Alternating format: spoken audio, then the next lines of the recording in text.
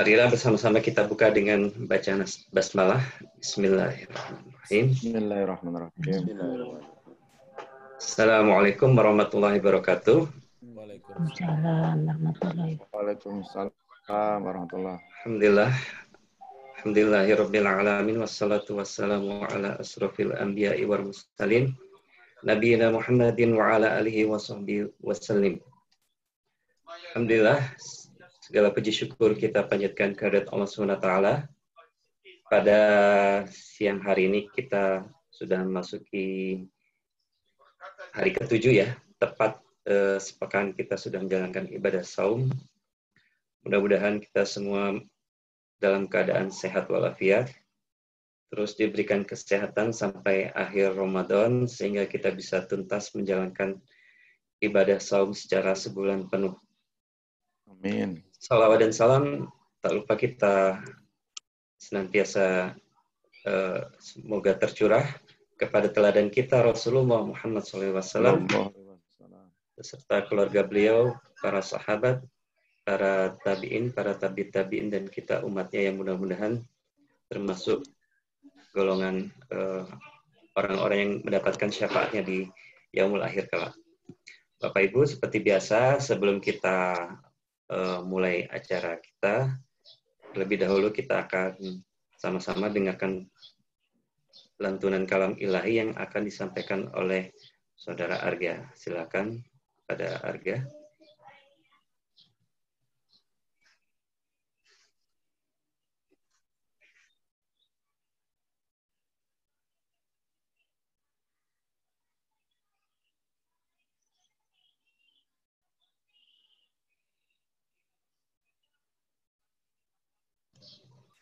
Arga di-unmute dulu. Ya.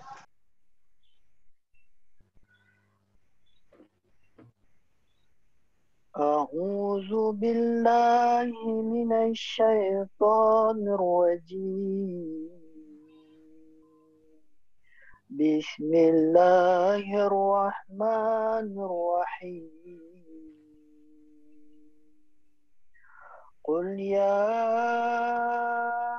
أهل الكتاب لم تكفرون بآيات الله والله شهيد على ما تعملون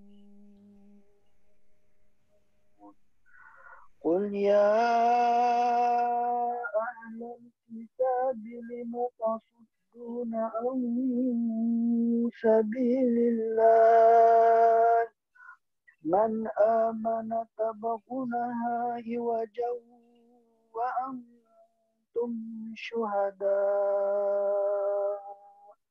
وما الله بغافل عما تعملون يا أيها الذين آمنوا إن تطيعوا فريقا من الذين أوتوا الكتاب يردوكم بعد إيمانكم كافرين وكيف تكفرون وأنتم تتلى عليكم آيات الله وفيكم رسوله ومن يعتصم بالله فقد هدي إلى صراط مستقيم Sadaqallahul azim. Alhamdulillah, demikian tadi lantunan kalam ilahi yang sudah disampaikan oleh Saudara Arga. Mudah-mudahan menambah keberkahan acara kita pada siang hari ini. Bapak Ibu, semoga masih tetap semangat di hari ke-7 ini. Mudah-mudahan juga tetap walaupun kita menunaikan ibadah saum, tetap bersemangat menjalankan working from home Baiklah, alhamdulillah juga sudah hadir Ustadz kita, Ustadz Nur Mutakin.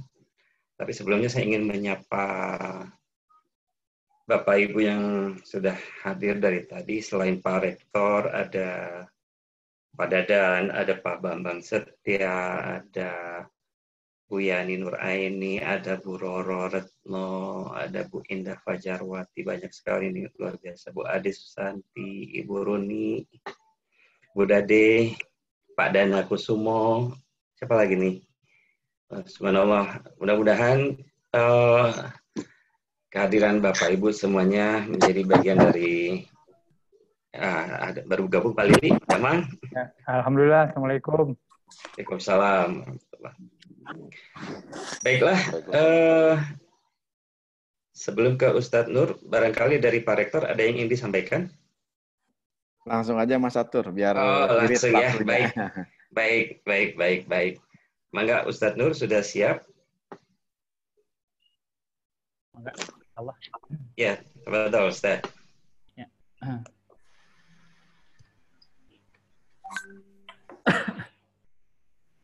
Alhamdulillah.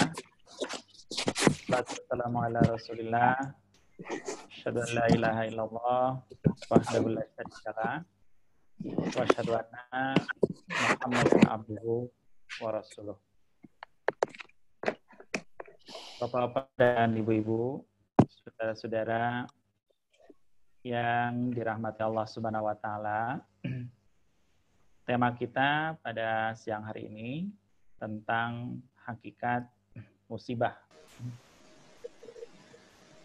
Merupakan salah satu fitrah dalam ciptaan Allah, yaitu segala sesuatu Allah ciptakan secara berpasang-pasangan. Walladzi khalaqal azwaj kullaha. Dia yang telah menciptakan segala sesuatu. Nah, kalau begitu, salah satu fitrah berpasangan itu adalah ada nikmat dan ada musibah. Sehingga bisa kita katakan bahwa nikmat dan musibah ini adalah sesuatu yang istilahnya berlawanan. Jadi kalau orang mendapatkan musibah, berarti dia sedang dicabut salah satu nikmatnya. Sedangkan kalau orang mendapatkan nikmat, berarti dia sedang dihindarkan dari musibah. Nah, musibah dan nikmat ini kadang-kadang sering terjadi kekeliruan dengan rahmat dan laknat gitu. Jadi seolah-olah kalau orang mendapatkan nikmat berarti dia mendapat rahmat. Kalau seseorang mendapat musibah berarti dia mendapatkan laknat. Ini sesuatu yang sangat keliru. Begitu. Kenapa? Karena rahmat dan laknat ini adalah lebih berkaitan dengan sikap. Jadi bagaimana sikap kita ketika mendapatkan nikmat? Kalau kita bersyukur, maka kita mendapatkan rahmat. Bagaimana sikap kita saat mendapatkan musibah? Nah, kalau kita bersabar, berarti kita mendapatkan rahmat. Gitu. Jadi musibah adalah lawan daripada nikmat. Sekarang mari kita lihat beberapa ayat dan hadis dari Allah dan Rasul-Nya yang menjelaskan tentang musibah ini. Yang pertama bisa dilihat surat Al-Anbiya, surat nomor 21, ayat ke-35. Surat Al-Anbiya, surat ke-21, ayat ke-35. Allah Subhanahu wa taala mengatakan, "Wa nabluukum a'udzubillahi minasyaitonirrajim wa nabluukum bisyarri wal khairi fitnah." Kami akan uji. Nah, ini kalimat ininya, kata ininya kita garis bawahi. Kami akan uji kalian dengan nikmat dan musibah. Dalam ayat ini kebaikan dan keburukan. Berarti Kalau kita mengacu kepada ayat ini, maka nikmat, musibah adalah ujian. Allah mengatakan fitnah.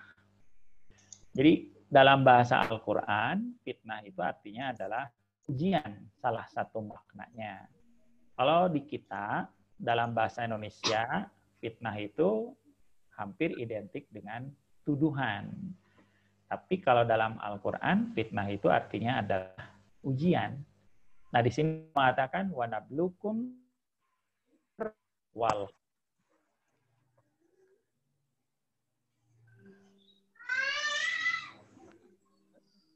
semata-mata. Berarti orang yang mendapat nikmat berarti dia sedang diuji. Orang yang mendapat musibah sedang diuji.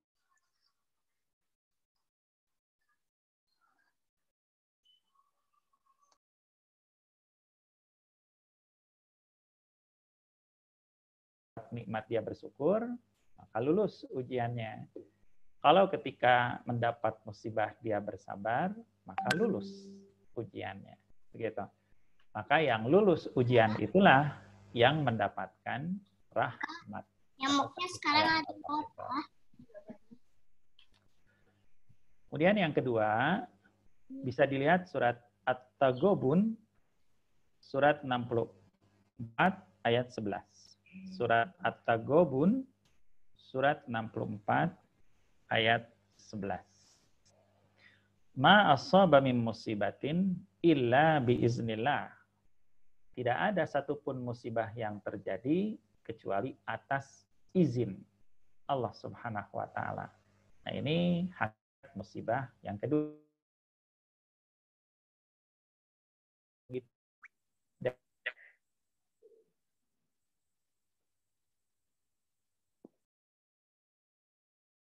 Misalnya ketika Allah berbicara tentang ilmu sihir. Allah mengatakan begini, "Wa ma hum bidarrina min ahadin illa biidznillah." Ilmu sihir itu tidak akan berdampak sedikit pun kepada seseorang tanpa izin Allah. Begitu. Jadi tidak ada musibah yang lepas tanpa izin, tidak ada. Semuanya terjadi atas izin Allah. Demikian pula yang terjadi saat ini. Kalau katakanlah wabah COVID-19 ini kita masukkan ke dalam musibah, maka ini terjadi atas izin Allah Subhanahu wa taala. Lalu yang ketiga, bisa dibuka surat Al-Hadid, surat nomor 57, ayat ke-22. Surat Al-Hadid, surat nomor 57, ayat ke-22. Allah mengatakan, ma asaba musibatin, tidak ada yang terjadi fil ardi wala fi anfusikum, baik di bumi maupun menimpa dirimu, illa fi kitab, melainkan sudah tercatat dalam kitab min qabli an nabra'aha, sebelum peristiwa itu terjadi. Jadi kata Allah tidak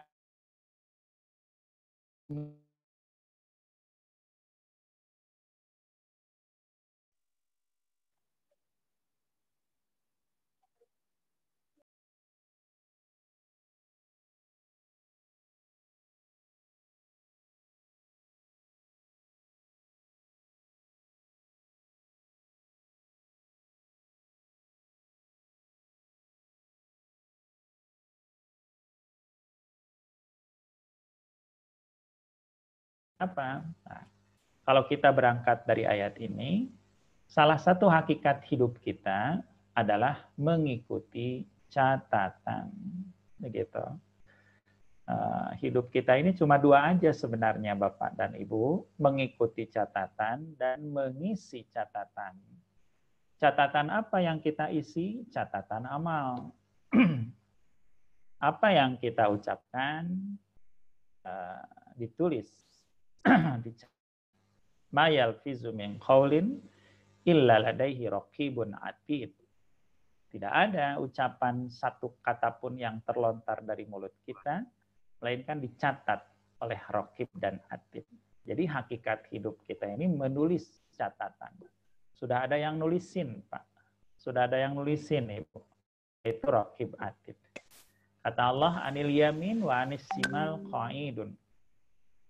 Raqib atid ini duduk sebelah kanan, sebelah kiri. Mengawasi amal kita. Hakikat hidup yang kedua adalah mengikuti catatan. Ini yang kemudian oleh Rasulullah Shallallahu Alaihi Wasallam disebut sebagai al-iman bil qada wal qadar khairihi wa syarrih. Beriman terhadap qada dan qadar, entah itu yang baik ataupun yang buruk. Begitu. Oleh karena itu, wabah yang sekarang terjadi, kalau kita berangkat dari ayat ini, memang sudah tercatat. Masuk dalam daftar ujian hidup yang harus kita alami saat ini. Lalu yang keempat, bisa dilihat surat Asy-Syura, surat 42, ayat ke-30. Surat Asy-Syura, surat 42, ayat ke-30. Allah mengatakan, "Wa ma ashabakum min musibatin fabima kasabat aydikum." Apa saja musibah yang menimpa kamu, itu akibat dosamu juga. Nah, kadang-kadang ayat ini sering dibentur-bentur. Padahal dua-duanya adalah firman Allah Subhanahu wa Ta'ala. Seharusnya ayat ini dipakai dua-duanya. Satu, bahwa musibah itu terjadi karena sudah tercatat. Yang kedua, musibah itu datang juga tidak terlepas dari perbuatan dosa. Misal, kalau kita melihat sabda Rasulullah misalnya, khususon yang berkaitan dengan ta'un ini. Allah mengatakan, azaban yab'atuhullah ala mayyasha. Wabah itu adalah azab bagi yang untuk yang Allah. Ini menarik. Wa ja'alahu rahmatan lil mu'minin. Bagi orang beriman, wabah ini adalah rahmat. Kenapa? Karena bagi orang beriman, kata Nabi, ajan li amril mu'min. Orang beriman itu luar biasa. Inna amrohu kullahu khair. Semua urusannya itu selalu berakhir baik. In asabahu syarra syakara fahuwa khairullah. Jika dia mendapatkan sesuatu yang menyenangkan, dia bersyukur, itulah yang lebih baik buat dia. Wa in asabahu dharra sabara fahuwa khairullah. Jika dia mendapatkan sesuatu yang tidak menyenangkan kemudian sabar, itulah yang lebih baik buat dia. Walaisa li ahadin illa lil mu'min. Seperti ini tuh enggak ada, kata Nabi, kecuali hanya oleh orang yang beriman. Jadi orang beriman itu dikasih ujian apapun, ujungnya selalu baik. Teringat kita kepada doa Rasulullah, Allahumma inni as'aluka antaj'ala kulla qada'in qadaitahu li khairah. Ya Allah, apapun yang kau putuskan untuk aku, maka aku mohon semuanya berujung dengan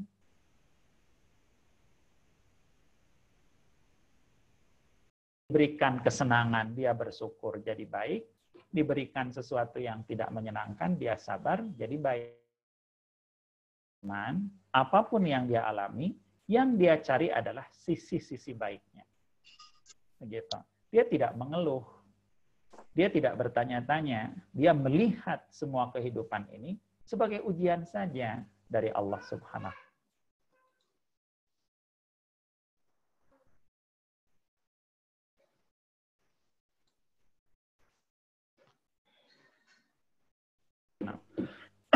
Surat Al-Baqarah, surat kedua, ayat 156.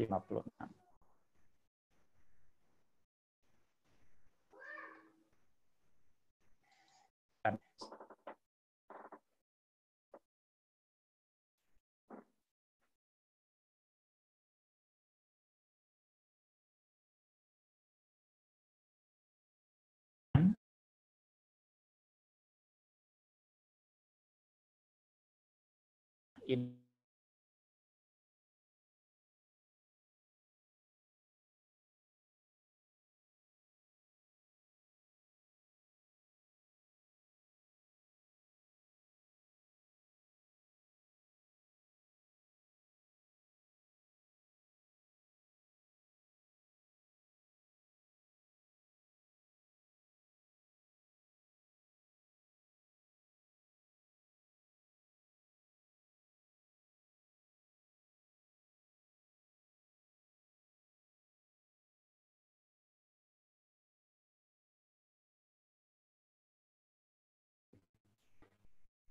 Maka yang keluar dari mulut orang-orang yang sabar adalah inna lillahi wa inna ilaihi raji'un. Ada postingan Pak Ibu. Dia bilang si COVID. Kapan nih perginya si COVID ini? Coba bayangkan. Ya. Kata Nabi, la tasubbu syai'an. Jangan kamu caci. Gitu. Karena COVID ini datang juga karena izin Allah. Kalau Allah tidak mengizinkan, dia tidak akan datang. Justru sesuatu yang tidak menyenangkan itu bukan melahirkan celaan dari mulut, tetapi ucapkan innalillah wa inna ilaihi raji'un.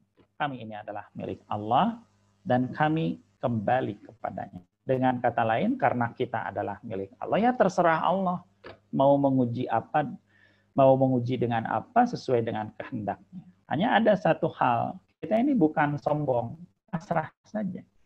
Gitu. Karena biasanya sang pemilik itu akan bertindak sesuai dengan apa yang dia kehendaki. Lalu yang keenam, ada tidak kebaikan atau pahala di balik musibah ini? Tentu saja ada. Dalam hadis riwayat Muslim nomor 1526. Nabi Muhammad mengatakan begini, ma min abdin tusibuhu musibah. Tidak ada seorang hamba pun yang terkena musibah. Fayaqul innalillah wa inna ilaihi raji'un. Lalu dia bilang innalillah wa inna ilaihi raji'un. Lalu dia lanjut, Allahumma jurni fi musibati. Ya Allah, berikan saya pahala di balik musibah ini. Coba Pak Ibu, digaris bawahi kalimat ini. Ya Allah, berikan saya pahala di balik musibah ini. Berarti musibah itu datang dengan pahalanya. Gitu. Sama seperti kita kemudian ingin memakan buah yang manis, maka buah itu datang dengan kulitnya. Yang kita ambil adalah buahnya. Setiap musibah itu datang dengan pahalanya, maka yang kita ambil adalah pahalanya.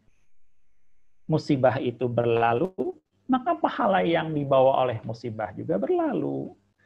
Maka kita minta, Allahumma jurni fi musibati. Ya Allah, berikan aku pahala di balik musibah ini. Wakhluf li khairum minha. Beri aku ganti yang lebih baik. Oleh karena itu tidak boleh kita berburuk sangka terhadap musibah. Berburuk sangka terhadap wabah ini tidak baik. Karena berburuk sangka terhadap wabah sama saja dengan berburuk sangka kepada dia yang telah mengirimnya. Dia yang telah menuliskannya.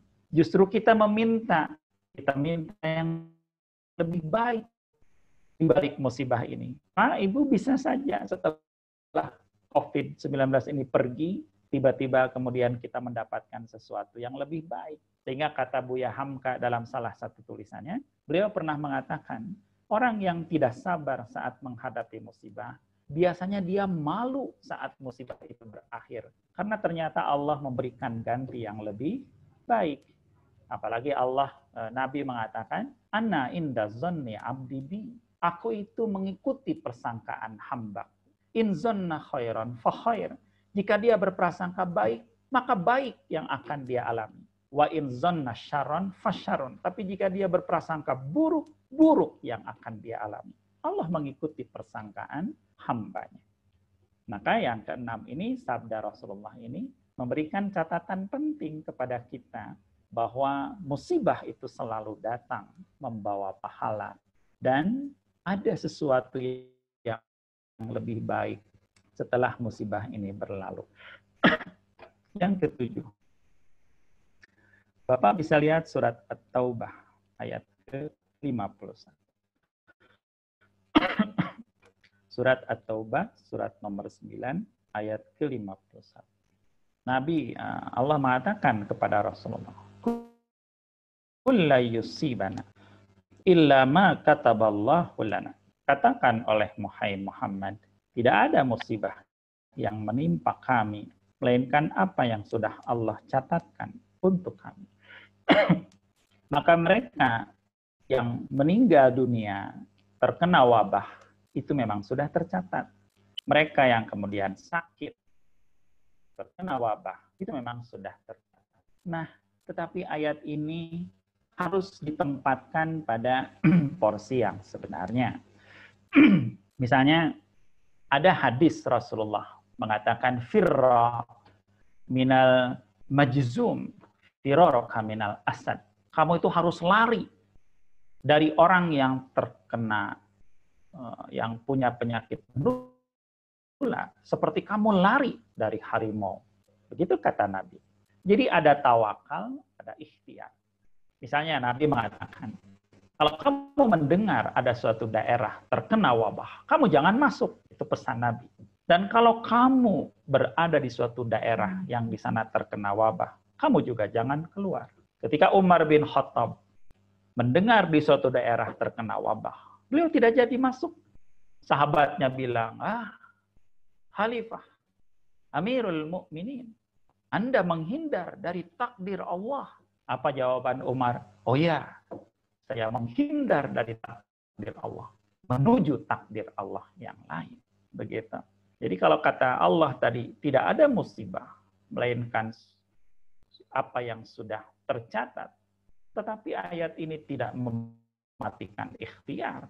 Benar bahwa mereka yang meninggal terkena wabah adalah sudah tercatat. Tapi perhatikan juga hadis Nabi yang lain, di mana Nabi Muhammad menyuruh kita untuk menghindar dari penyakit menular, seperti kita melarikan diri dari harimau.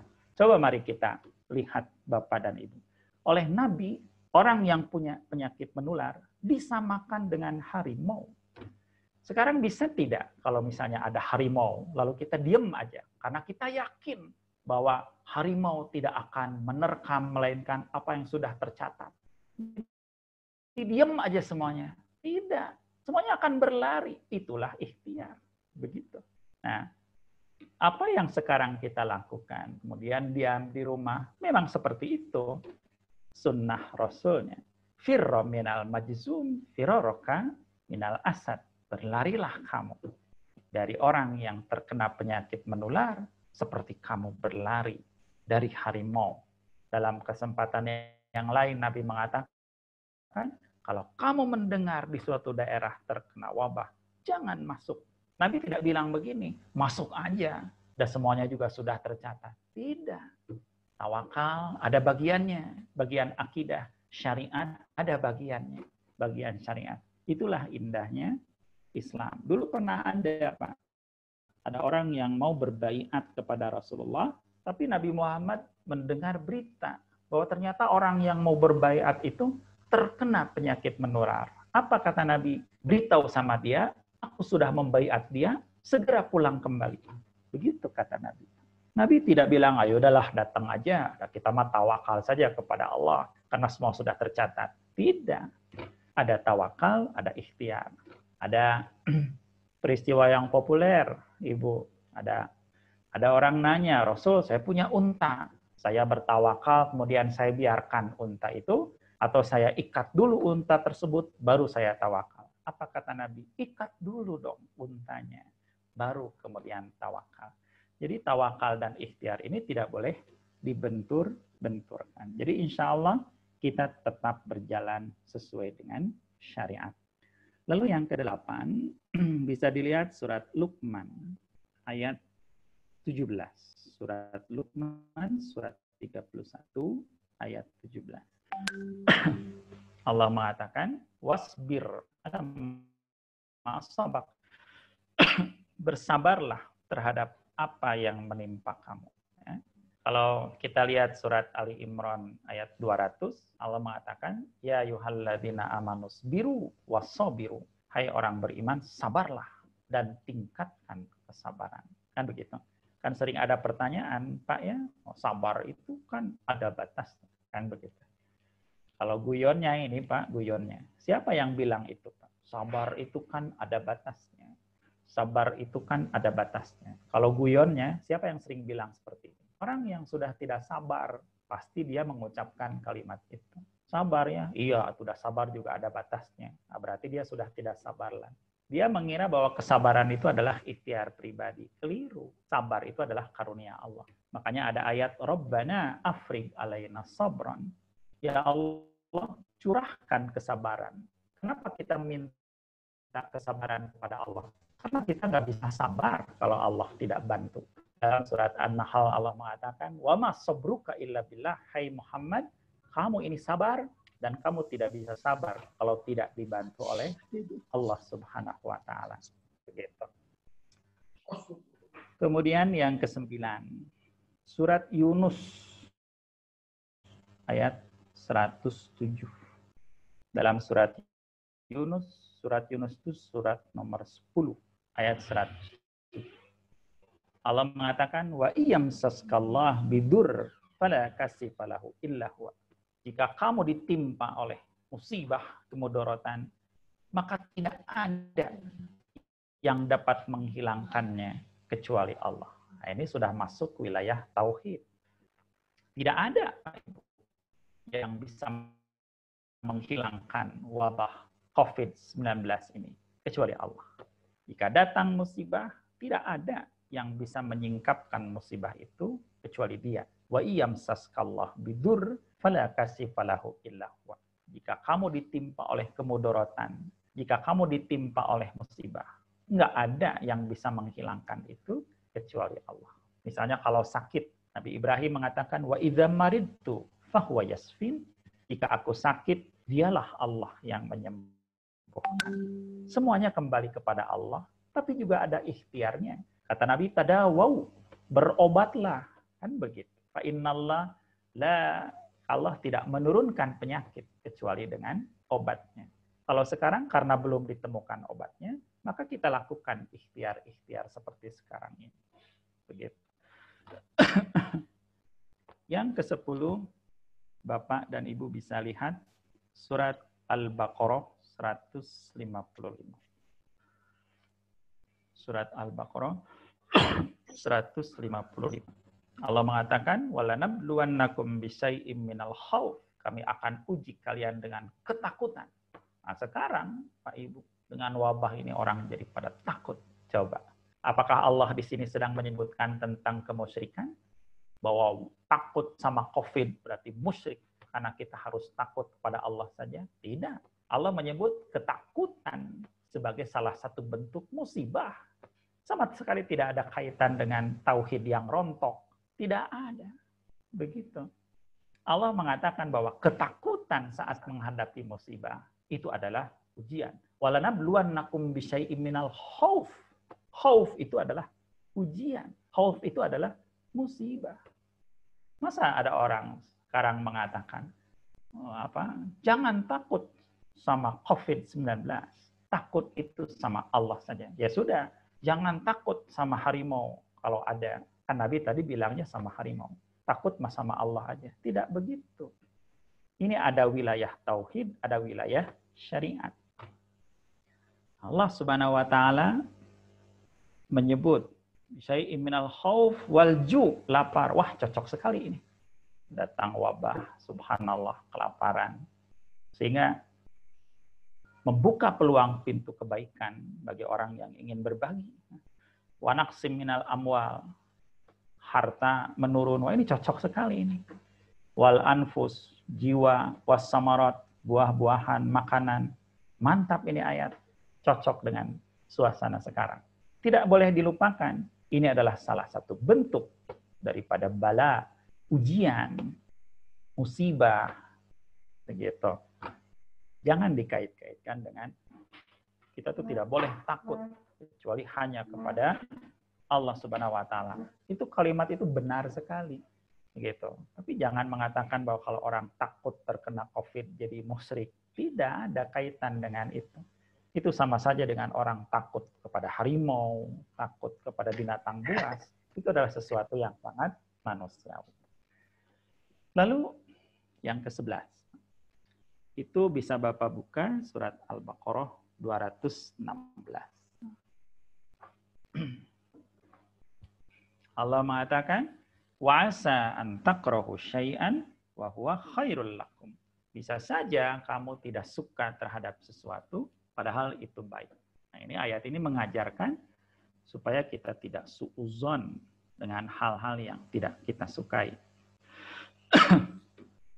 Yang ke-12, ini ada sabda Rasulullah dalam hadis Bukhari nomor 5210. Allah mengatakan, Nabi Sallallahu Alaihi Wasallam mengatakan, mayusibul muslim min nasab. Tidak ada musibah yang menimpa seorang muslim berupa penyakit, wala wasab, kecapean, keletihan, wala ham, kekhawatiran, wala khuzn, kesedihan, wala adza, gangguan, wala gham, kesusahan, hatta syaukah yusakuha, bahkan duri yang melukai kakinya, illa kafarallah biha min khatayahu, melainkan Allah akan hapus kesalahan-kesalahan. Masya Allah. Maka kalau wabah COVID-19 ini kita masukkan ke dalam musibah, selama apa COVID itu hadir, selama itu pula Allah Subhanahu wa taala sedang menghapus kesalahan-kesalahan kita. Kalau berdasarkan hadis ini, maka hentikan buruk sangka kepada Allah Subhanahu wa taala. Bahwa kemudian kita berdoa supaya wabah ini cepat berlalu, itu adalah sesuatu yang sangat diizinkan oleh agama. Tapi kita tidak boleh menggerutu, kita tidak boleh mengeluh. Kenapa? Allah sedang melakukan proses pencucian dengan musibah ini. Kesalahan-kesalahan, dosa-dosa umat Islam sedang dihapus melalui wabah ini. Kalau kita berangkat dari hadis ini. Kita lanjut. Yang ke-13. Dalam hadis Sahih Bukhari nomor 5213, Allah mengatakan, Nabi Sallallahu Alaihi Wasallam bersabda, "Man yuridillah bihi khairan yusib minhu." Siapa dikehendaki Allah kebaikan, Allah akan timpakan musibah. Bapak Ibu aneh tidak membaca hadis ini? Aneh tidak, Pak? Siapa orang dikehendaki kebaikan, Allah timpakan musibah. Kan mungkin dalam pikiran kita seharusnya begini, Pak. Orang yang dikehendaki kebaikan, Allah berikan kenikmatan. Kalimatnya cocok sekali. Tapi kalau ini enggak. Siapa Allah kehendaki kebaikan, Allah kirimkan musibah kepada dia. Subhanallah. Berarti Allah bermaksud baik di balik musibah-musibah yang Allah tuliskan untuk hambanya. Selanjutnya, nomor 14, Nabi dalam hadis riwayat Tirmizi 2320. Nabi mengatakan, "Inna izamal jaza ma izamil bala." Sesungguhnya pahala itu mengikuti ujian, katanya Ibu. Ujiannya kecil, ya pahalanya segitu. Ujian semakin besar, pahalanya juga semakin besar. Dulu misalnya, ketika Nabi Muhammad SAW sakit keras, itu Siti Aisyah sampai bertanya-tanya, "Rasul, Anda kok sakit sehebat ini?" Lalu Nabi bilang, "Saya ini sakit panas yang saya alami ini adalah 2 kali lipat panas orang biasa." Itu jawabannya. Nah, bisa dimaklumi kalau Siti Aisyah bertanya seperti itu. Mungkin dalam benak Ibu Aisyah yang ada di pikirannya begini, Pak. Kalau orang tuh kalau semakin soleh, ya penyakitnya yang ringan-ringan dong. Kan dia soleh banget. Pilek, gitulah, cocok. Jadi kalau semakin soleh itu harusnya penyakitnya makin ringan. Ternyata tidak. Nabi kemudian memberikan jawaban bahwa ternyata ujian itu mengikuti tingkat kesolehan seseorang. Semakin seseorang soleh, maka ujian juga akan mengikuti kesolehannya. Begitu. Tapi kita tidak boleh takut karena kesolehan itu juga membuka pintu bantuan. Jangan sampai begini. Kalau begitu nggak usah ditingkatin lah kesolehan teh, bisi musibahnya lebih besar. Nggak begitu juga.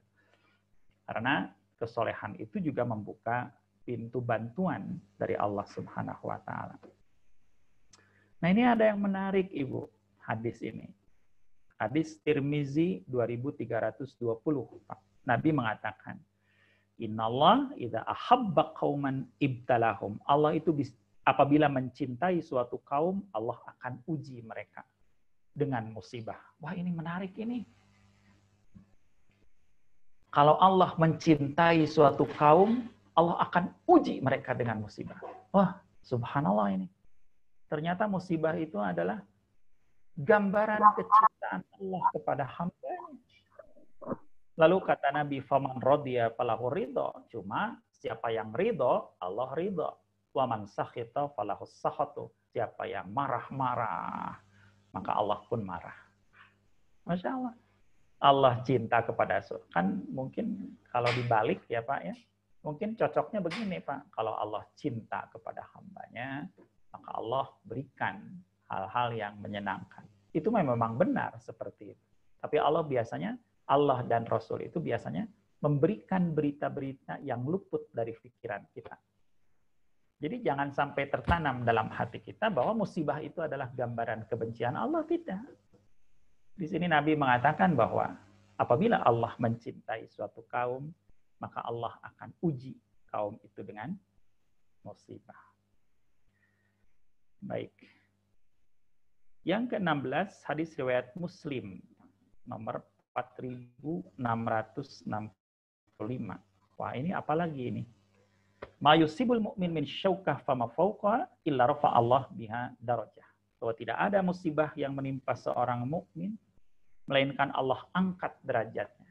Oh, ternyata musibah itu adalah sebagai bagian ujian untuk naik kelas atau naik tingkat. Kalau bahasa perkuliahan mungkin seperti itu. Subhanallah. Nah, ini ada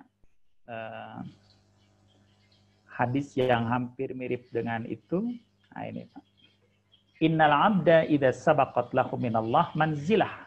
Ini hadis riwayat Abu Daud nomor 2686.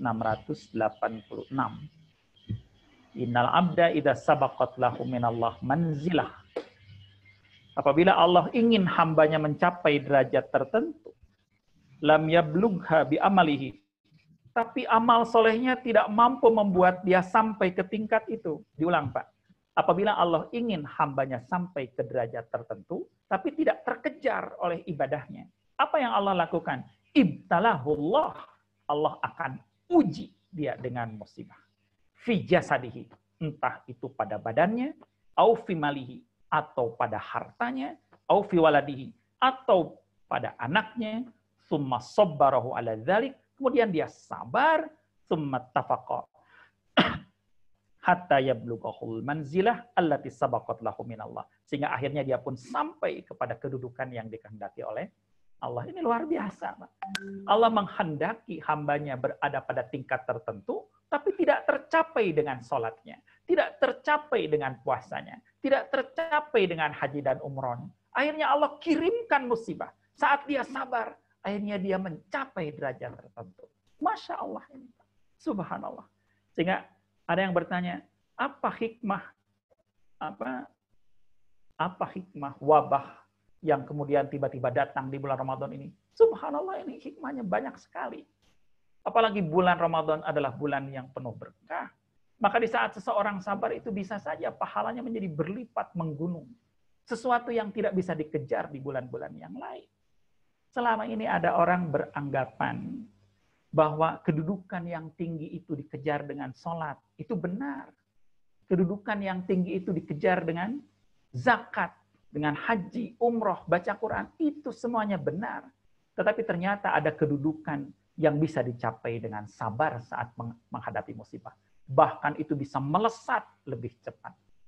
Maka dari keterangan-keterangan ini, kita menjadi terus-terusan berbaik sangka atas keputusan yang Allah berikan kepada kita. Baik itu menyenangkan ataupun tidak menyenangkan. Baik, Bapak dan Ibu, ini sudah berapa ini? Sudah 45 menit saya menyampaikan materi. Ini sampai jam berapa ya Pak materinya?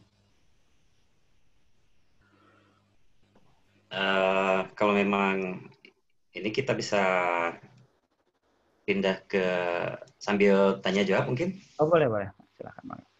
Silakan. Ini sudah ada pertanyaan tertulis dari Pak Mahmud. Mungkin itu dulu ya. Boleh. Ada di chat. Apakah kasus saat ini wabah COVID bisa dikaitkan dengan surat Al-Anfal ayat 25? Maka Ustaz, itu dulu. Oh iya. Kalau Al-Anfal 25 ini saya bacakan ya Pak ya. Yang isinya Al-Anfal itu surat nomor 8 ya Pak ya. Wattaqu fitnatan hati-hatilah kalian terhadap musibah. La tusibanna alladzina dzalamu minkum khassah. Mana tidak akan menimpa kepada orang-orang zalim saja. Apakah bisa dikaitkan dengan ayat ini? Ya, bisa. Misalnya dulu, ya, hadis ini harus dibantu dengan keterangan yang lain. Misalnya dulu Nabi Muhammad pernah cerita kepada istrinya bahwa ada sekelompok orang berkumpul lengkap hendak melakukan penyerbuan terhadap Ka'bah. Begitu kata Nabi. Namun saat mereka berada di suatu tempat, Allah binasakan semua orang yang ada di sana. Siti Aisyah jadi bertanya, Rasul, kenapa Allah binasakan semuanya? Padahal di sana kan ada orang yang lagi di pasar, ada orang yang lagi melakukan, pokoknya yang tidak ikut dalam rencana mereka. Lalu jawaban Nabi apa? Memang seperti itu, kata Nabi. Kalau bencana Allah itu datang, dia habiskan semuanya, tapi nanti di akhirat semuanya yub'asuna ala niyatihim. Mereka semuanya dibangkitkan atas niat mereka masing-masing. Benarkah bahwa COVID-19 ini ada kaitannya dengan perbuatan dosa yang dilakukan oleh seseorang? Ya, tadi ada ayatnya.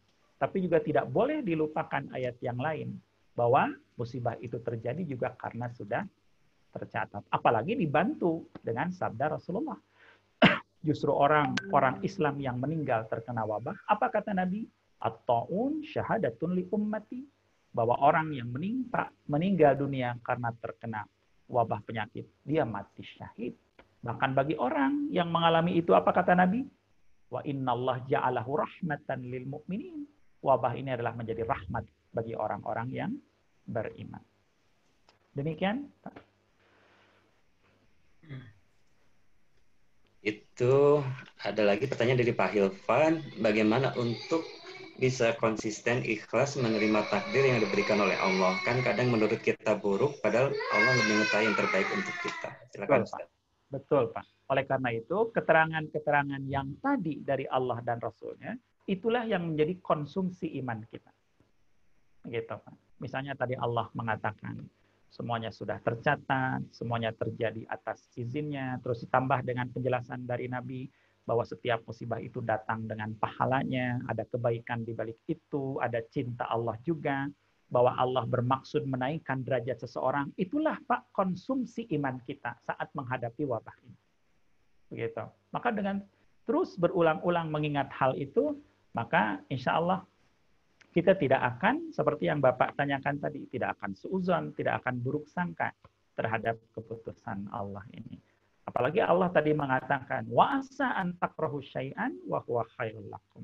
Bisa saja kamu tidak suka, padahal itu baik untuk kamu. Begitu, Pak.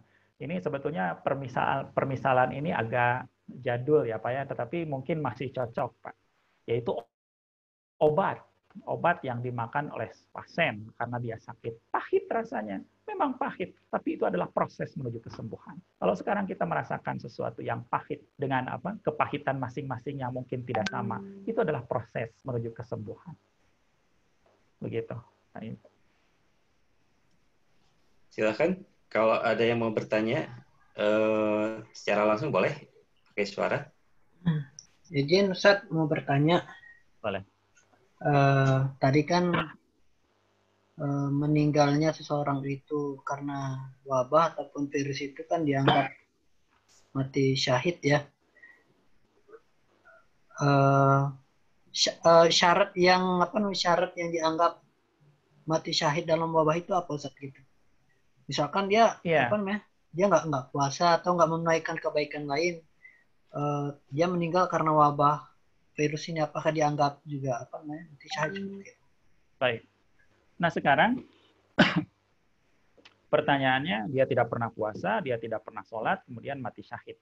Nah itu apakah dia tetap mati syahid ketika dia meninggal? Itu mungkin sama dengan orang yang ikut berjihad, ikut berperang, tapi sholat nggak pernah, puasa nggak pernah, zakat nggak pernah gitu. Tapi dia ikut perang, mati syahid tidak? Tidak. Kenapa? Karena syahid itu adalah bonus bagi orang soleh. Jadi orang yang soleh dapat bonus dengan kesahidannya itu. Misalnya, mari kita lihat, kata Nabi, al-mahdum, orang yang tertimpa runtuhan, mati syahid. Maka lanjutkan pertanyaannya, orang yang bagaimana dulu? Orang soleh. Orang soleh meninggal tertimpa runtuhan, mati syahid. Tapi kalau yang bersangkutan tidak sholat, tidak puasa, maka dia tidak mendapat.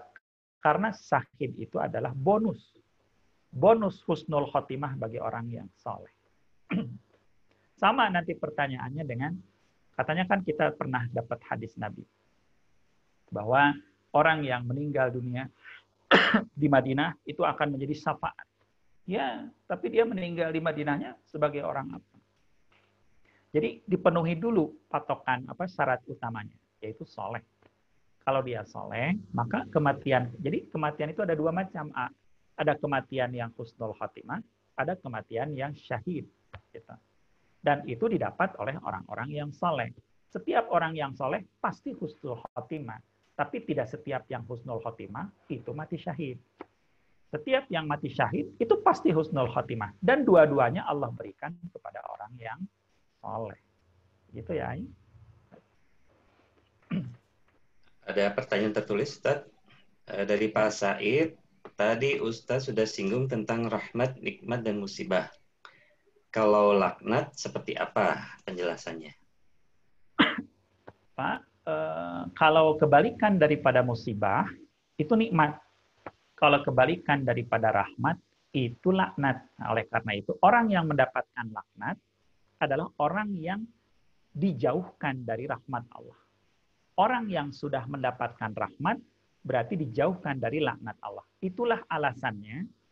Ini alasannya, Pak. Kenapa orang Islam tidak boleh melaknat sesama Muslim? Kenapa? Karena dengan kemusliman itu, dia sudah berada dalam rahmat Allah. Sehingga Nabi Muhammad mengatakan, ciri khas seorang Muslim adalah laisa la'anan. Dia tidak pernah melaknat. Dia tidak pernah mengutuk. Nah, dikaitkan dengan rahmat dan laknat Allah. Rahmat Allah itu adanya di surga. Laknat Allah itu adanya di neraka. Begitu, Pak. Nah, sekarang, apakah orang yang berbuat dosa itu mendapatkan laknat Allah? Jangan dulu. Karena mungkin di belakang hari dia bertobat. Makanya Allah mengatakan, la tuqaddimu baina yadayillah wa rasulih. Jangan kamu mendahului Allah dan Rasulnya. Itulah sebabnya kalau kita mendengar ada orang meninggal dunia, standarnya dua, Pak. Ya Allah terima amal solehnya, ya Allah ampuni dosa-dosanya. Coba, Pak. Siapa yang diampuni oleh Allah? Orang yang berdosa. Berarti dosa tidak identik dengan laknat. Karena bisa saja ketika dia berbuat dosa, kemudian dia mohon ampun kepada Allah Subhanahu wa taala, kemudian Allah Subhanahu wa taala menerima tobatnya dan dia masuk surga. Begitu. Nah, kalau rahmat dan laknat itu seperti itu. Jadi orang yang misalnya iblis. Kalau iblis iya. Makanya ada orang kalau menyebut kata iblis bilangnya iblis alaihi laknatullah. Cocok itu. Kenapa? Karena memang iblis sudah dipastikan tidak akan masuk surga. Maka kita berikan, kita sematkan gelar alaihi laknatullah. Tapi kalau orang Islam, coba Bapak kalau mengucapkan salam, assalamualaikum warahmatullahi wabarakatuh. Islam itu berhak mendapatkan keselamatan, seorang Muslim itu berhak mendapatkan rahmat, seorang Muslim itu berhak mendapatkan berkah. Gitu. Nah, itu perbedaan antara rahmat dengan laknat. Demikian, Pak. Pertanyaan tertulis lagi, Ustaz. Ya, boleh. Dari Pak Nusli Jamiat. Apakah ada penjelasan dalam Al-Quran tujuan Allah menurunkan wabah penyakit yang mengakibatkan kematian hampir di seluruh belahan bumi? Ya. Kalau, apa tadi pertanyaannya, Pak? Mohon diulang. Apakah ada penjelasan dalam Al-Quran tujuan Allah menurunkan wabah penyakit yang mengakibatkan kematian hampir di seluruh belahan bumi? Ya, kalau secara khusus tentang wabah penyakit memang tidak secara khusus ya Pak ya, secara khusus wabah penyakit memang tidak ada. Tapi kalau wabah itu dikaitkan dengan musibah adalah seperti ayat-ayat yang tadi saya bacakan gitu Pak. Nah, yang namanya kematian itu, bagaimana Allah Subhanahu wa taala mematikan orang dalam jumlah yang banyak? Misalnya, itu bisa terjadi karena bencana. Contohnya dulu, Pak, ketika terjadi tsunami di Aceh. Begitu, Pak. Maka kalau kita lihat ini masuk dalam bagian bencana. Masuk dalam bagian musibah. Musibah itu kaidahnya seperti tadi. Sudah tertulis, ada sisi kebaikan, Allah Subhanahu wa taala mencintai, apalagi kalau tadi ditambah dengan hadis Nabi. Ada azab, ada unsur azab di sana, ada unsur rahmat, ada unsur kematian mati syahid juga ada. Begitu, Pak. Yang kedua kapan, Pak? Kematian secara serentak itu. Ini, Pak, wabah ini. Menelan korban begitu banyak. Hampir tidak ada bedanya dengan yang tadi, Pak, bencana tsunami tadi. Kalau pengertiannya kematian yang serempak banyak. Begitu, Pak. Nah, kalau secara khusus menjelaskan dalam Al-Quran wabah yang merenggut banyak orang meninggal, memang kita tidak temukan ayatnya. Mungkin kita kaitkan dengan ayat yang berkaitan dengan musibah tadi. Mungkin itu, Pak. Baik, silahkan kalau mau bertanya secara lisan, Bapak Ibu. Ada yang menyampaikan pertanyaan?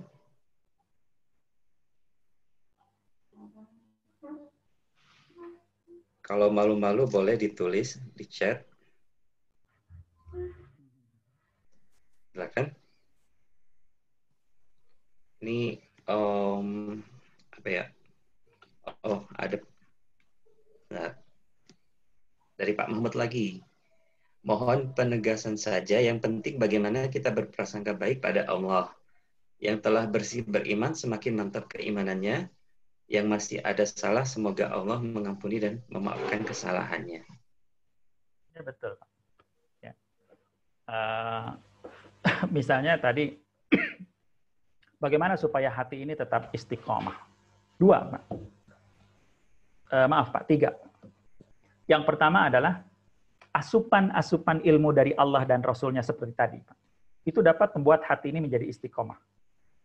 Keterangan-keterangan yang tadi saya sampaikan. Yang kedua apa, Pak? Pendekatan-pendekatan diri yang selama ini kita lakukan, itu juga dapat membuat hati ini menjadi istiqomah. Misalnya ada satu ayat yang populer, alladzina amanu wa tatma'innu qulubuhum bi dzikrillah. Orang yang beriman dan hati mereka damai tentram dengan mengingat Allah. Mengingat Allah itu bisa dengan berzikir, baca Quran, sholat, puasa, dan lain sebagainya.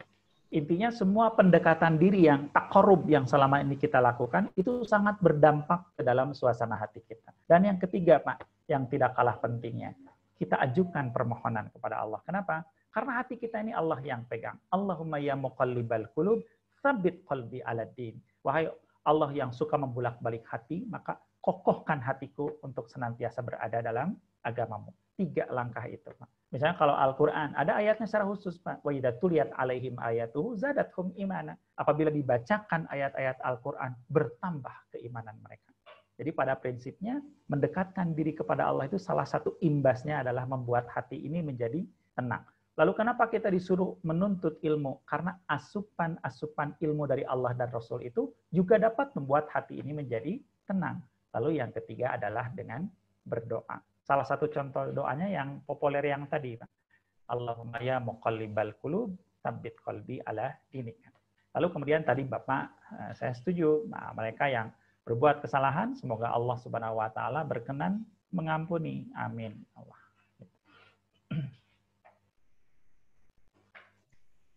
Silakan, Bapak Ibu, masih ada pertanyaan?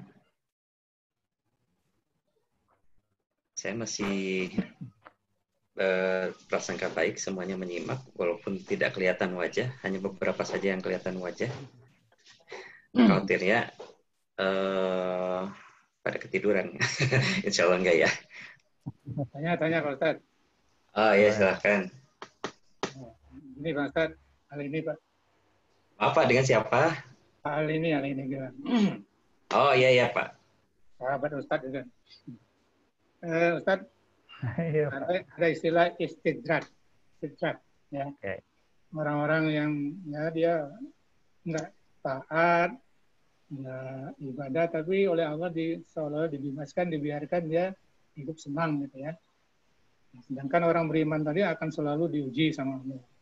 Nah, sekarang dengan kondisi sekarang ini, justru orang yang banyak dan dibiarkan Allah selama ini kafir lah, nggak taat lah, maksiat, kena semua sekarang dampaknya. Itu gimana cara kita menjelaskannya? Terima kasih Ustaz. Ya, ya Pak. Ya. Mungkin ada ini Pak ya, ada kasus yang sederhana saja Pak. Misalnya katakanlah punten ya Pak ya, penyakit asam urat. Punten Pak, ini contoh kasus saja. Pertanyaannya Pak, apakah penyakit asam urat ini hanya tertimpa kepada orang yang tidak baik saja? Apakah orang yang punya penyakit asam urat ini hanya dialami oleh orang yang tidak baik saja? Oleh orang kafir saja? Tidak, Pak. Asam urat ini juga dialami oleh orang baik dan oleh orang yang tidak baik. Nah, sekarang asam uratnya diganti, Pak, dengan wabah. Maka wabah ini juga menimpa kepada orang baik dan orang yang tidak baik. Dan orang yang meninggal karena wabah ini juga sama, Pak. Ada orang baik dan orang tidak baik. Oleh karena itu kalau Bapak lihat dalam surat Al-Fajr, coba. Yang Allah panggil fisiknya atau suasana hatinya. Ya ayyatuhan nafsul mutmainnah. Wahai jiwa yang tenang. Jadi ternyata, Pak, husnul khotimah itu lebih berkaitan kepada suasana hati, bukan kepada penyebab kematiannya. Orang baik bisa meninggal karena penyakit jantung, orang baik juga bisa meninggal karena orang yang tidak baik juga bisa. Orang kafir ada yang meninggal karena diabetes, orang mukmin juga ada yang meninggal karena diabetes. Penyebabnya sama, tapi hakikatnya berbeda. Kalau orang beriman, ya ayyatuhan nafsul mutmainnah. Nah sekarang penyakit-penyakit itu kita ganti Pak dengan wabah. Maka itu kaidahnya benar-benar sama. Begitu. Apalagi kalau kita kembalikan kepada, misalnya sekarang, memang ciri khas wabah itu ya begitu Pak. Ciri khas wabah itu adalah menelan korban banyak dalam waktu yang sangat singkat. Makanya disebut wabah. Tetapi hakikat wabah itu apa, Pak? Hakikat wabah itu adalah penyakit. Yang namanya penyakit, Pak, cuma ada dua kemungkinannya, sembuh atau mati. Itu berlaku bagi semua penyakit. Cuma ada yang kematiannya, mungkin kalau bahasa ininya, nyicil mungkin begitu, Pak ya. Kalau wabah itu ya kematiannya serempak seperti sekarang ini. Nah, tadi Bapak menyinggung masalah istidraj. Kalau istidraj, Pak, itu adalah orang yang tenggelam dalam kemaksiatan, tapi oleh Allah Subhanahu wa Ta'ala diberikan limpahan karunia, disenangkan hidupnya. Itu namanya istidraj. Allah Subhanahu wa Ta'ala misalnya, Bapak bisa lihat dalam surat apa Pak ya? Jadi bunyinya itu falamma, nah ini Pak, surat Al-An'am kalau Bapak pegang Al-Qur'an. Surat Al-An'am ayat ke-44. Bapak kalau baca ayat ini pasti aneh, gitu ya Pak. Allah mengatakan falamma nasu ma dzukiru bihi. Saat mereka melupakan peringatan. Kalau melupakan peringatan berarti kan saat mereka berbuat durhaka kepada Tuhannya. Apa yang terjadi, Pak? Fatahna alaihim abwaaba kulli syai'. Akan kami bukakan untuk mereka segala pintu kemenangan. Nah, ini istidraj namanya, Pak. Hatta idza farihu bima utu, sehingga tatkala mereka senang, tenggelam dalam kesenangannya itu, akhadnahum bagdatan fa idzahum mublisun. Maka kami azab mereka dengan tiba-tiba, ternyata mereka menjadi putus asa. Demikian, Pak. Istidraj. Baik, ada lagi? Satu penanya lagi, boleh? Silakan. Silakan. Atau sudah cukup? Nah, ini ada lagi, Pak, satu. Oh, ada lagi ya, maaf. Ada banyak malah ternyata. Banyak, Pak. Saya lupa tidak mengecek chat dari Bu Florita. Oh, bukan. Dari Pak Said lagi. Bagaimana memahami bahwa semua sudah tercatat dan kita mengikuti catatan? Seandainya ada orang yang berbuat jahat, apakah itu kehendak Allah? Atau Atau Allah catat begitu karena Allah sudah tahu bahwa nanti dia akan berbuat jahat karena keinginannya sendiri. Ya, ini mungkin bahasanya agak bergeser tentang takdir ya. Silakan Ustaz. Iya betul.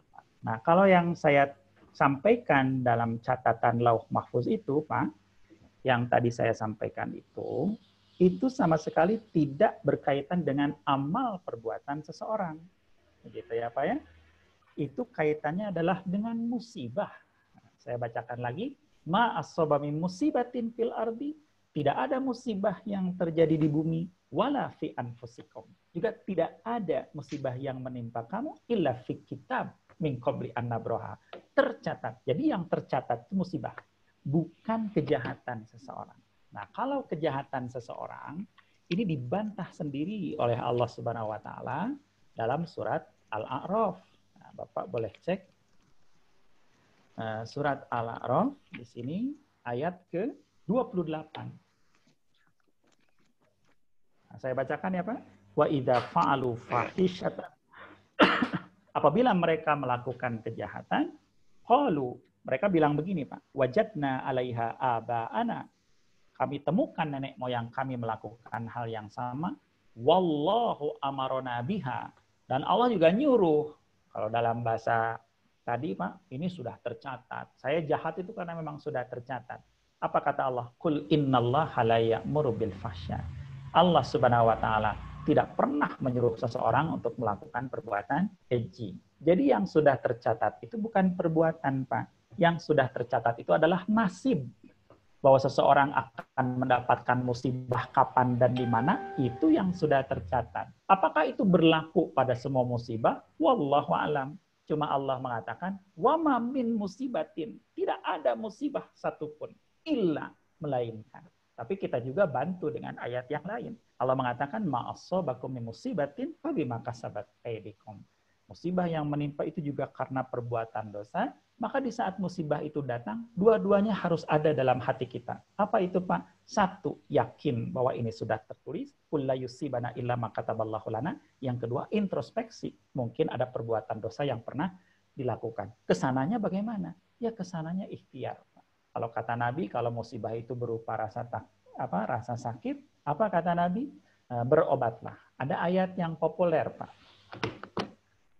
Yang sering dibaca. Supaya ayat ini kemudian digandengkan dengan keimanan terhadap takdir.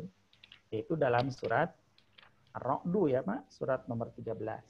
Ayat ke-11. Allah mengatakan, Innallah la yughayyiru ma biqaumin hatta yughayyiru ma bi anfusihim. Allah tidak akan melakukan perubahan terhadap suatu kaum sebelum mereka melakukan perubahan terhadap dirinya sendiri. Itulah ajaran Islam, Pak.